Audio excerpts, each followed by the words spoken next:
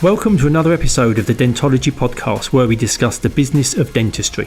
In this podcast series, we'll be discussing all the non-clinical aspects of dentistry, from goodwill values, finance, marketing, how to buy and sell a dental practice, mindset, through to where you can invest your money in team management issues. My name is Andy Acton, and I'm joined by my co-host, Chris Strevens. Let's jump straight into it. Conversation with Nilesh Parmar we had there. It's very interesting. Very, very interesting. Nice guy. Very nice guy. And I thought his take on the future of the profession in terms of, are we heading down a path of specialists v generalists? I think listeners will take a lot from that in terms of where things are going in the future.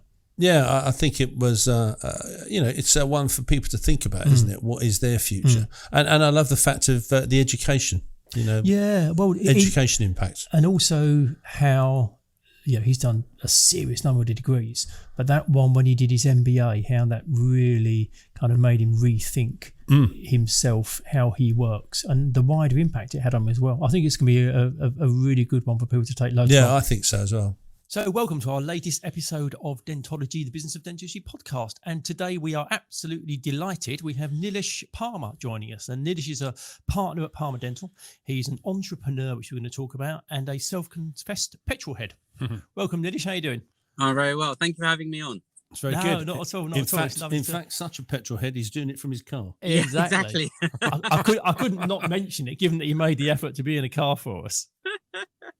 It's the only place I get peace and quiet, you see. Exactly. So you're a well-known figure in dentistry, and you share your exploits on social media, and we'll come to that a bit later on. But firstly, could you kind of just set the scene in terms of telling us about your childhood, and given that your father's a dentist, was there really any choice for you in terms of a career path, or was that kind of pre-laid? So, yes, obviously my dad's a dentist. He's I think back then a general dentist did everything. So he did surgery, he did sedation, still does a lot of orthodontics. And I initially didn't want to become a dentist. It wasn't really on my radar. I grew up in Southend-On-Sea, which is like a seaside town, which is now a city. And I had a paper round on a Saturday morning, which my mother wasn't that happy about me doing, because it meant getting up very early and walking around delivering newspapers. I think she thought I was going to get kidnapped or something like that. In Indian mothers, if they watch a lot of, you get a lot of Indian serials, like TV serials, like EastEnders on Indian TV channels, and they're really dramatic, and there's always dramatic music, and there's always crazy stuff happening. So I think it kind of got into her head that somebody might kidnap me or something like that. So this was Southend Essex, yeah. This was Southend-On-Sea. There's always a child being kidnapped somewhere. Very dangerous place. So my father offered me a job in the surgery, which was basically like a dog's body, but it would be on a Saturday morning. Started at 9, finished at 1, and I'd get £5, which was better than that Mr. Patel was giving me £3.75 for my paper. And no risk. No risk. And plus I'd get chauffeured there and back in my father's car. So it was a win-win. So I started doing that. And I was basically the shed boy to start with. And one of the nurses actually bought me a keychain that said shed boy for Christmas one day, because I hated being called shed boy. And ironically, I might be buying the practice she works at, so I might become her boss now. So how things turn around all the way. Have you still got the key ring? I have, actually. I have got the key ring. And I slowly started to work on reception. And then I was running reception on my own on a Saturday. I did a bit of nursing. I was horrendous at nursing. I used to develop the x-rays when it was, the developer and the fixer in like the horrible smelling dark room. I just kind of understood how a dental practice works. And I used to watch ER all the time. That was like my show. And there was a cardiothoracic surgeon called Benton on there. And he was like the cool, moody guy, always used to get the girls. And I was like, I want to become a cardiothoracic surgeon. Obviously, that's how it is. When I started looking at what was involved, I kind of had a second thought. And then I saw, Dad was working in the surgery. He was making decent money. People still called him doctor. So I just thought, you know what? Let's just do dentistry instead. Had a hard slog getting into dental school. I actually got in through clearing. Everything I did, I always sort of got in just by the skin of my teeth. It was never easy. I was never the sort of academic or the smart one. It was just through sheer working loads of hours, and then What's really nice to hear, though, Nileshs, is hearing you say that. We've spoken to lots of dentists and like yourself, lots of high-profile guys, and we hear that story time and time again, where people just scrape through. Perhaps they failed some exams, they had to resit some stuff, and these are people who are now, like yourself, at the top end of the profession. And I think for people who are just coming in, when they look at you, it's almost like, well, how on earth you get there? Yeah. But to hear that beginning where you kind of got in through clearing, I think that gives people real confidence that, Rome wasn't built in a day. You kind of character building as well, over a period of time. Yeah, you have to try you have to achieve something and keep pushing. If it's always really easy, I don't know. Yeah. Does it affect sometimes? I think that, it's good to sort of have to struggle, I think, sometimes. Yeah, definitely. I remember getting declined from every single university, and then getting an interview from Queen Mary's because I had a strong recommendation letter. And it was hard. The hard thing was trying to do well in your A-levels, but knowing you hadn't already secured a place, whereas everybody else seemed to have their lives in order completely. And you just thought I was a bit discombobulated. But then at university, I never really enjoyed university. I never really enjoyed dentistry at university. I thought it was a very tedious, slow process, and I did think sometimes if I made the right decision, because this stuff sounds boring and awful, and the patients were difficult, the equipment was difficult. It wasn't what I envisaged. It was only once I qualified and I started doing dentistry on my own terms that I thought, you know what, it's actually all right. I'm quite getting a lot of job satisfaction from this. And for me, the key moment was I applied to be an SHO in Max Fax at my local teaching hospital in Southend, and presumed I would get it because I was a local boy, knew the local surgeons, etc. But I never got the job for some reason. But I managed to get an SHO rotational post at King's College London, and I worked for Martin Kelleher, and he was the one who was really inspired me to go after some postgraduate education. If it wasn't for him, I wouldn't have done it. I would have gone back to general practice and plodded along and carried on. So I think you need somebody to inspire you for something. I was going to say, I think it's interesting, isn't it? There's quite often someone who has said something, and sometimes they don't even know they've said that something. They've done it in passing or in actions, and it triggers or it sits and resonates with people to go, that's my call to action, really. Yeah, exactly. And it was a fun year. I actually learned that I liked doing dentistry. I learned how to take teeth out, which was always a sort of weak point for me.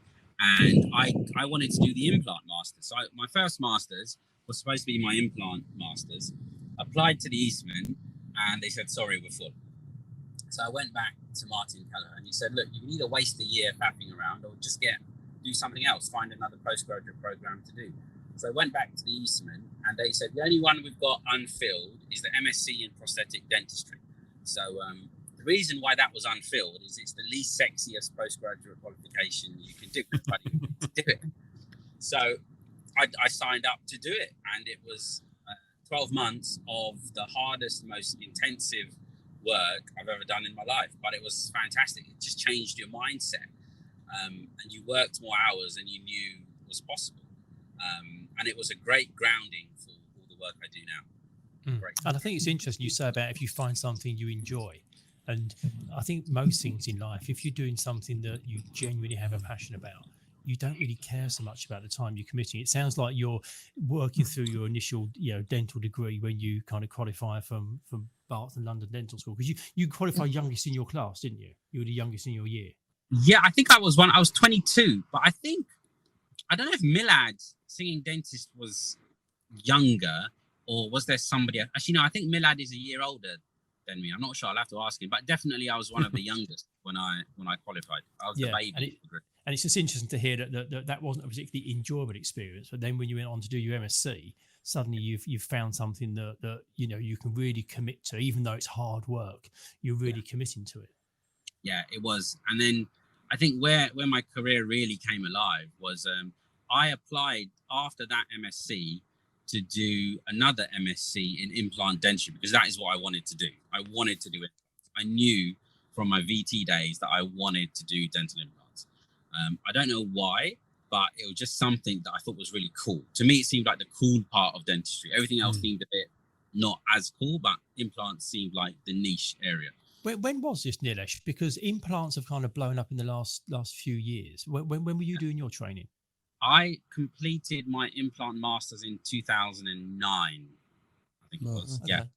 So 2007, 2009. And I didn't get in that Implant Masters at Guys. They only take 4 people every 2 years. So it's a very difficult course to get onto because they provided the patients, which not many courses or hardly any courses do now. They want you to provide the patients from your general practice, get them to travel to the training center or the hospital and then do the implants on them. Whereas Guys who provide you with the patients. And I went for the interview, didn't get the position. I was 5th out of the 4 that they chose. So did you say only 4? They only take on 4 candidates? Every 2 years. 4 candidates. And they must get, 3,000 applicants or something like that. But the 4th guy cancelled or couldn't get a visa, or there was some issue with him coming here to study. So I got offered the place by default, as I normally do. I slid in again by default. And that program totally changed my life in terms of the work I do now. I would never be doing the work I do if I hadn't done that program. And to me, I know, and obviously I moderate one of the big dental forums. And there's all the discussion, do you need postgraduate qualification? So in my head, I'm like, if I didn't do those postgrads, I would nowhere be the dentist or the rounded individual I feel like I am, because it just gave me so much more. And yes, you can learn from a course, you can learn from YouTube videos, whatever, but that being around other people in that teaching environment is something that was really, really beneficial for me. Wow. Yeah. And hearing you say that kind of, you dentist, you then start to do, different levels and tiers of specialist training. Where dentistry is at now, do you think that if we kind of project forward into the future, is that where dentistry is going to end up? Where general dentists, which kind of offer a sort of a triage type service, and then there's going to be much more referral out and bringing in specialists for different types of dentistry. You're going back to what you were saying about your father. Your father residual orthodontics. Is that kind of traditional sort of dentist likely to be sort of phased out in the coming years? Yeah, the problem we have now is, and it's more, I don't think it's due to a reduction in skill set. It's a reduction in confidence and the fear of medical legal issues. So dentists will now refer molar endo to specialists because they don't feel proficient in molar endo. But we were doing molar endo from day one, and surprise, surprise, they all worked. Maybe they didn't look as good as a specialist ended on, but I've seen molar endos that look horrendous and have been symptom free for 10, 15 years. So in my eyes, that's a success. But I do think we're heading towards a medical GP sort of platform where the GP sees the patient, triages the patient, will deal with fairly straightforward issues. But if there's anything complicated, you'd be referred to a specialist or somebody who's an ENT or gastroenterologist or cardiac or whatever. And I think dentists are going that way, which I think is a shame, because I don't like seeing dentists de-skilling because of fear. So dentists who are too scared to take out wisdom teeth or molar teeth because they haven't done it in a long time, I think is a bit of a shame, because we're going to lose a lot of skills. And also, from an access to dentistry point of view, it's not necessarily always great for the patient that they might get pushed from place to place. And if it's being driven from a medical legal point of view, that doesn't sound great. Well, that's what we hear. As I saying, the young dentists, they're maybe not as swift, and also they're really good at making notes. Offensive dentistry, so as they're not going to get. Yeah, terrible. Right, very, very much so. And also, and obviously, we've been trying to hire dentists for 2 sites now, and I'm struggling, or I was struggling, to hire who wants to work 5 days a week. It's as if the 5 day a week dentist doesn't exist anymore. I used to do 6 days or 7 days when I first qualified, because I knew that to get the skill set, you had to churn the numbers. So you'd have to do 1,000 extractions before you got really slick at it. But now the dentists I interview want to do 3 days or 4 days. That's what we hear.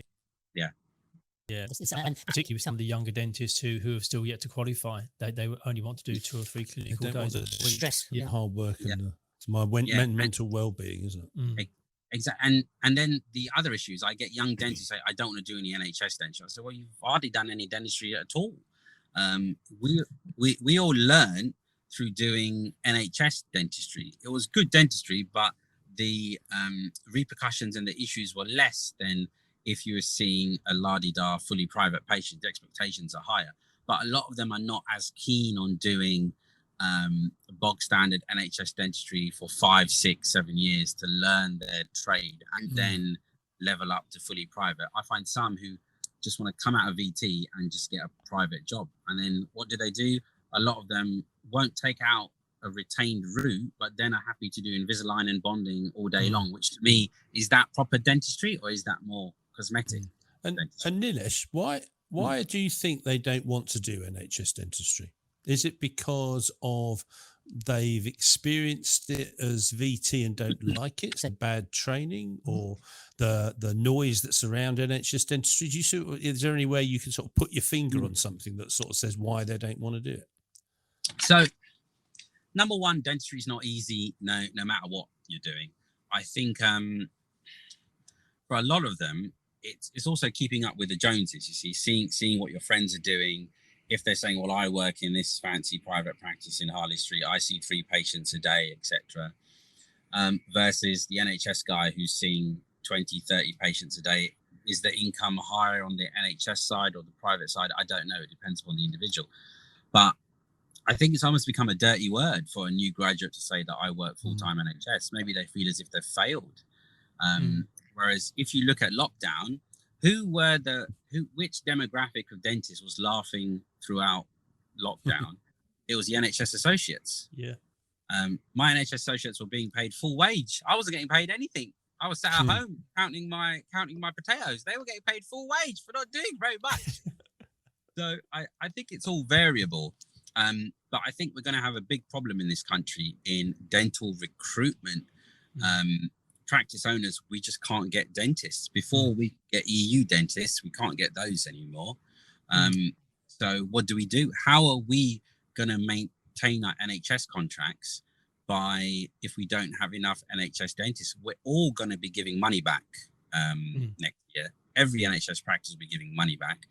So what's going to happen to the profession if we just don't have enough NHS dentists to service the need? I don't know. And on the view of the younger guys, and you're well into this world yourself, is some of it driven by social media? Lots of younger people these days spend time on. Is that where they're seeing the glossy, glitzy, arguably more sexy side of dentistry, and that's not NHS dentistry? So do people see what's happening online and say, well, that's a bit of me, I'd like to move into that world, and that's not NHS dentistry? There's no one posting UDAs, are there? No, Look at my UDA that I've just done. You're so what are they posting? They're posting their bonding cases, their before and after cases, Invisalign cases, patients who are taking screenshots or selfies with the dentist, all that sort of stuff, which is great, and it's great marketing. But you can't really do that in a full-blown hardcore NHS practice. It doesn't lend itself to that kind of marketing, and social media does have that to blame. But you do find, and when I give a lecture on my money lecture for dentists, and I work out their hourly rates doing Invisalign, doing crowns, doing implants. If you ask a general associate and you go, what's your hourly rate? Last year, what was your hourly rate? They won't know. I haven't got a clue. They haven't got a clue. If you say, if that was your hourly rate, what was your hourly profit? Based upon, if you did, let's say 10 Invisalign cases a month, what was your profit from that minus the Invisalign lab fee, the principal's cut, etc.? And then they start realizing that, hang on a minute, I'm really pushing this form of treatment, but I should really be pushing this form of treatment because the return per hour is a lot greater. That's how I've always looked at it. And for me, that's why love of implants is even greater, because I know that when I do the maths, my hourly return on implants supersedes everything. Out of interest, Nileshs, when did you did you always have that business brain analysis on profitability, or was there a moment when suddenly it sort of clicked and you thought, okay, let me look at the return on what my investment, or have you always sort of had that in your mindset? I think being Indian and being Gujarati, you always have that in the back of your head, right? I remember looking at what my dad would make on a Saturday morning and then comparing it to what he would make on a Monday, Tuesday, Wednesday when I used to work there. And I was like, Dad, you make more money on the Saturday than you did during the week. And he'd say, well, these are all my private patients on the Saturday, and I book in the treatments I know will generate more revenue. So he kind of programmed me to think like that. And that hourly rate equation for self-employed professionals, I think, is really important, and it's never mentioned in dental school. Well, it's such a basic. I mean, what's interesting is we quite often say, we can talk to people about, when they ring up, want to know about evaluation or stuff, they'll know everything about their practice. They'll know, lease terms, my staff, my contract, my private fees, whatever it is. And as soon as you say, and do you know what your profit is? They're like, oh, no idea really. And it's that whole fact about the business. Do you really understand the business part of your business? And as you say, no one's really ever taught it, are they? No. At dental school, you're not taught anything, and that's why a lot of the questions we get asked on the forums is with reference to money. What do you do with your money? You'd be surprised what dentists do with their money. Is from a business or financial perspective is can be quite scary sometimes. Yeah. Just going back onto the social media bit, you post a lot of your professional work, and obviously being big into implants, you post kind of the before, the middle, and the end. It gets quite gory. I mean, as a non-clinician, very interesting though. I find it fascinating.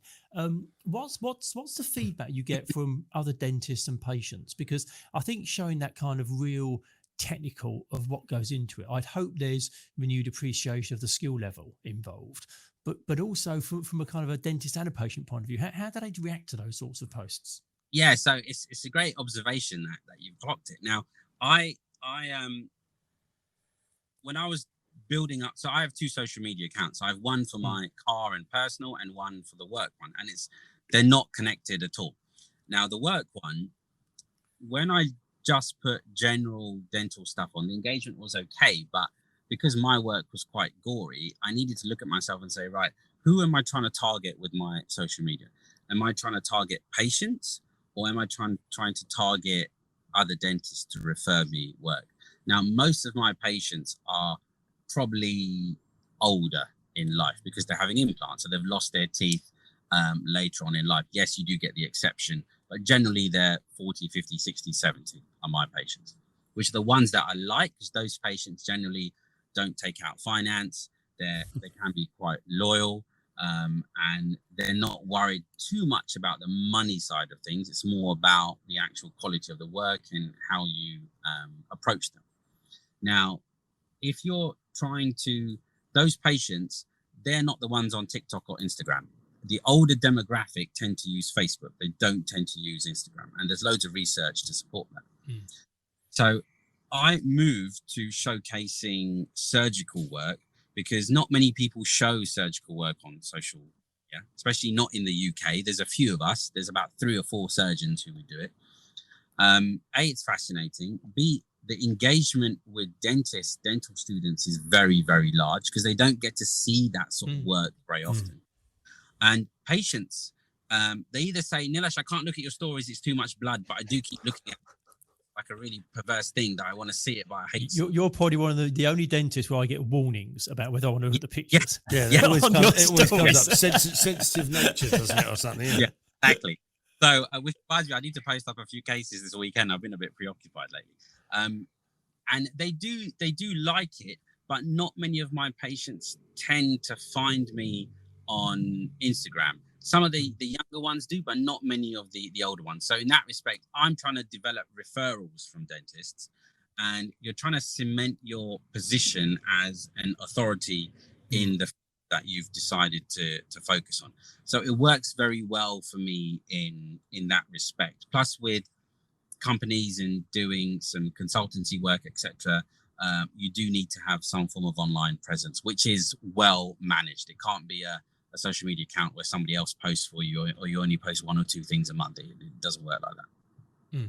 Yeah, it's interesting. It's just like I say, I find it when I look at it, I'm fascinated at what goes on. It's just interesting to how that's perceived by people. I find it's remarkable when you look, you see those ones where people got manky old teeth and bits missing and stuff like that. And then, there's lots of drilling, big holes and lots of blood. And then the next one is this complete set of teeth. And you just think the poor person who really spent a lot of their life with those bad teeth and their confidence, it's a real changing, isn't it? The way that they can I think dentistry boost the confidence. I think it is stunning, especially the dentists stuff. Yeah. do change people's lives. And I think from that, I think it's always sad when we teach people at the end of their career and they kind of lost sight of the impact that they have on people. Which is amazing. So just running through your career, we need to go back to school because you then went to Imperial College and you did your MBA. So you've now got yet another degree sitting in your pocket. Oh, flip. At dental school, there's a massive hole that business doesn't get discussed at all. And you were saying you do a finance lecture and talk people through kind of the profitability of dentistry in cases. I mean, doing an MBA is next level. That's kind of, top of the tree. But generally within dentistry, what's your take on the kind of the understanding of business and should that feature in dental school and could it? I'm just thinking how big Nileshs is. All those MSCs and MBA on it. It's like, just turn it over. Have a look at the other side. You'll be fine. That's a running joke with a lot of my friends because of my email. They take the mick. They said, "You not put your 50 swimming certificate on there either." So I was like, and before that, I did my orthodontic training. I did the orthodontic training at Warwick. I did the certificate in orthodontics, and then I decided that I didn't want to do orthodontics because A, you had to treat kids, and B, it just took forever to get anything done. Two great reasons. I was trying to follow in my father's footsteps, being orthodontist, but I was like, Dad, sorry, I just can't do it. I just need to Dad. So the general training, the one thing you got to look at is, let's say you qualify as a dentist, you buy a practice, and your practice goes up to 5 chairs. Before soon, that business could be turning over in excess of £1 million a year, right? But you've had no formal training in anything in terms of what to do with money. You don't know profit and loss. You don't know what an ISA is. You've got no idea. So I think during the VT year, I know they do get a lecture from an accountant, but I think there should be some more financial resources by trusted individuals for dentists to learn what to do with their money, because many of them don't know. And it's definitely not something that's taught at all. And it's also not taught in a way where, how do you speak to patients about how much treatment will cost? If you bring it down to fundamentals. So as implant surgeons, our treatment plans can be, 5 figures, maybe 6 figures once in a career, maybe it depends. But let's say you're going to say to a patient, this treatment is going to cost you £20,000. If you're shy in telling a patient the crown will cost £900, how are you going to negotiate or tackle that and say to them, look, what I'm going to do 20 grand? And there's a way to present that information. And some patients, some dentists are amazing at it. And some dentists will sort of put their head down and go, it will cost 20, like they can't look them in the eye and say it. Or they will delegate that task to the treatment coordinator or the nurse, etc., which I hate. It needs to come from the person who's going to be doing the job. And that's a skill set which we don't learn. It's something we don't learn at dental, but something that needs to be developed. Now, the MBA kind of came about because I wanted to do some form of formal business training, because I felt like I had this entrepreneurial racehorse in me, which was kind of held back because I didn't quite know how to apply that energy. I didn't know what to do with it. And the Imperial College MBA, I rocked up thinking, I've already done 3-4 degrees. This will be easy, and just got my backside handed first. I had no clue what they were. Everyone was financial background. There was an architect. There was, there was all sorts. And there was 2 dentists. It was me and Seema Sharma. Oh, right. Yeah. Okay. I didn't realize you were in the same cohort. We're in the same cohort. And Seema, who's a much more intelligent woman than I am. She was, she flew. She said that as well. Right. She's a very, very intelligent woman. So she did very, very, and I found it quite tricky. So I found corporate finance. So we have different modules. I found the accountancy module, the corporate finance module. I found that really difficult. But what I found really interesting and really easy was the marketing modules, the negotiation modules, the entrepreneurial bits were really, really fascinating. And our project won a national award that we submitted to the university. And we actually had real life angel investors who were interested in our little product that we'd come up with. Yeah. And it was nice because it kind of made you think that, right, you do your dentistry, but your dentistry is a tiny little part of everything else that's going on. Because as dentists, sometimes we just become obsessed with what we think what we do is the most important thing. And it gives you that important reset. But it gave me that understanding that in the wider world, if you have a good idea and you know how to apply yourself, you can turn that into a successful idea. And it kind of led me to moving out to a few little things. So we had the racing car team, we had the consultancy business, we had a few other bits and bobs that sort of developed from it. And yeah, it changed how I ran the dental practice. It changed how I ran my personal finances, but it also changed my personal and work relationships, because how you dealt with people changed because you learned how to negotiate and you learn how to put yourself in somebody else's position and to try and use that to get what you want out of the situation. It was a really fascinating couple of years doing it. Really. And like I said, I think generally that's missing so much in dental school. And I suppose from a patient, taking myself as a patient, I want a good clinician to come out of dental school. I don't really need them to understand business. But from the dentist's point of view, even as an associate, you're a self-employed business person. So you need to understand how to manage your money. You need to understand. Well, that first year paying tax, you remember, the number of people who forget when they become an associate, they've got to pay tax. They buy a nice car, buy a Porsche, and they go, oh, damn, I've got to pay tax now. Yes. And that's just because it's not taught. Yeah. It's a shame. It's a real shame. Yeah. But those other byproducts, things like negotiating, managing people, those are great transferable skills that people need, regardless of what they do. It's funny you're talking about buying the Porsche. That's exactly what I did when I qualified. Was buy a 911 after, I think, 6 months into my VT, I'd managed to cobble together the money to buy a 911, which was hilarious. It's great fun though. Waste of money, but great fun. We do this seminar, Nilesh, where we talk about you're earning money, and we said, what happens is that what we find is a lot of dentists go and buy a Porsche. That's the first thing they do, and we always notice that someone's hand then comes onto the desk and takes their Porsche keyring off the desk, puts it in their pocket. So you bought a Porsche, sir. Yeah, you were the one. You're clearly a committed and busy dentist, but away from dentistry, what's the one activity that makes you happiest? For me, and it's coming up to that time that I'm going to start doing these bits and bobs. It was always motor racing, watching motor racing or racing myself, and also I'm part of a few car clubs, and every summer we'll drive around Europe. I'll have one tour which is more of a argy-bargy kind of partying, going to major cities and partying all night tours, like Gumball, etc. Is that the Gumball rally you're on? That's the Gumball rally. And then the other one is a more gentlemanly tour, where we would actually go into the mountains of wherever and stay in nice hotels, have nice meals, but then really drive the cars through some of the most beautiful and picturesque scenery you've ever seen in your life. And that kind of week off doing that is what used to keep me sane. I used to reset during that time, and it was very, very important to me. So every year I do at least one of those trips. Oh, sounds good. Brilliant. And what does success look like for you? If you had to capture what success looks like, if you asked me 10 years ago, it would be having lots of shiny things and healthy bank account with a clear balance from the HMRC, probably.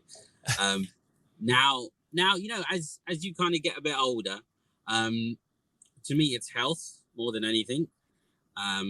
Not just mine, but my friends and my family. And understanding, I think one of the things that I found really hard to develop was understanding what made me happy. Because I went to university 5 times, and kind of forgot what made me happy, because my life was studying. It was work or studying. It was work. There was nothing else in between. And you sacrificed friendships, relationships, everything. And then I realized that what makes me happy is carrying out good quality work. And so today I saw a patient where I did a front tooth implant 13, 14 years ago. A, it makes me feel old, but B, the bone levels and everything are still really, really good. And that's not me, that's his biology. But I get a lot of satisfaction from that, because it's nice to know that the work you did actually stands for something. It actually lasts. So that makes me happy, having the confidence in what you do. But also now it's probably just spending time with friends and family more than anything, and seeing them develop and them be happy in what they do. I think the money side of things, it does let you buy the shiny things that make you smile, but it's the experiences, it's the traveling and the food, and having jokes and telling stories. And that's kind of where I'm getting to now. I'm getting a bit older and getting more grey hair. That's kind of where I'm going. A bit more philosophical. This is the wise old Nilesh talking, isn't it? It's the wise old Nilesh. But one of the best feelings I had was is overtaking somebody on a racetrack. That is one of the best feelings. There's nothing better than lining somebody up, pulling out, getting the run on them, overtaking them and breaking into that corner. And then at the end of the race, going up them and going, "Oh, that was a good move I did on you. Yeah, I took you there, did I?" Yeah. And that to me makes me really happy.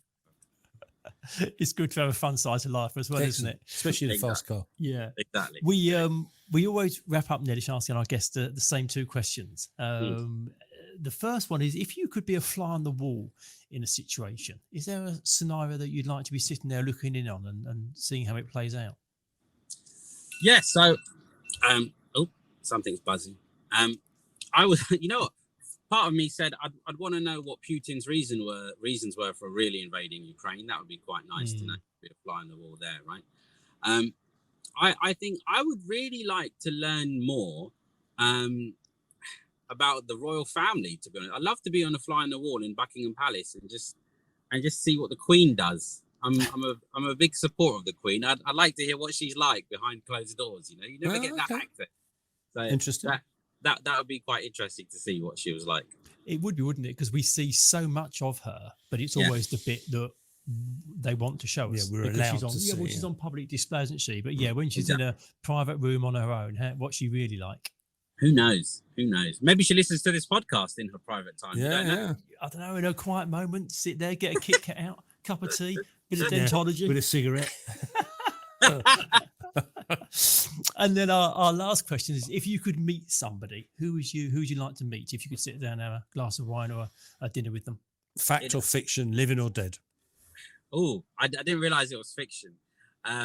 So fact, it would have to be Ayrton Senna for me. Okay.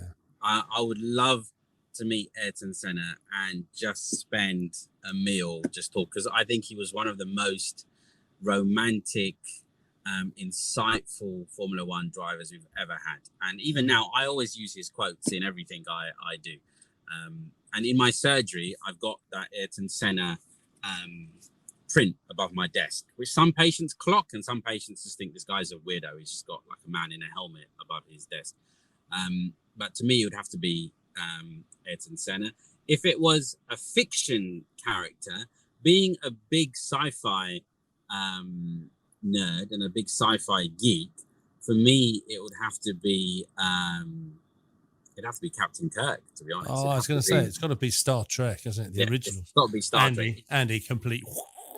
Yeah, I have zero interest in sci-fi. Chris could have almost seen me like falling off my perch at this point. It's like, So Do you know it was Captain made- Kirk is? Yeah, no, that was William Shatner, wasn't it? Yeah, Captain well Kirk? done, well done, Yeah, yeah. no, no. Original, the original. Yeah, Original. Really, almost the sci-fi in a way, yeah. yeah, Yeah. yeah. That would be it for me. I think. I think I'd really like to have a chat with him. I think that'd be quite interesting. Brilliant. Well, Nilesh, it's been wonderful. It's been lovely to chat. Thank you for making the time. Yeah, I know you're a thank you. busy guy. I'm My sure you've got pleasure. another degree that you need to nip off and do this afternoon somewhere. But no, it's been fabulous. We really appreciate your time, and we'll catch up soon. My pleasure. Thank you. Thanks, Thanks, Nilesh. Cheers. Cheers, man. Ta-da. Thanks. Thank you for listening to this episode of Dentology, where we discuss the business of dentistry. If you like what you heard, please do subscribe where you found this episode. That would be amazing. And also follow us on Instagram.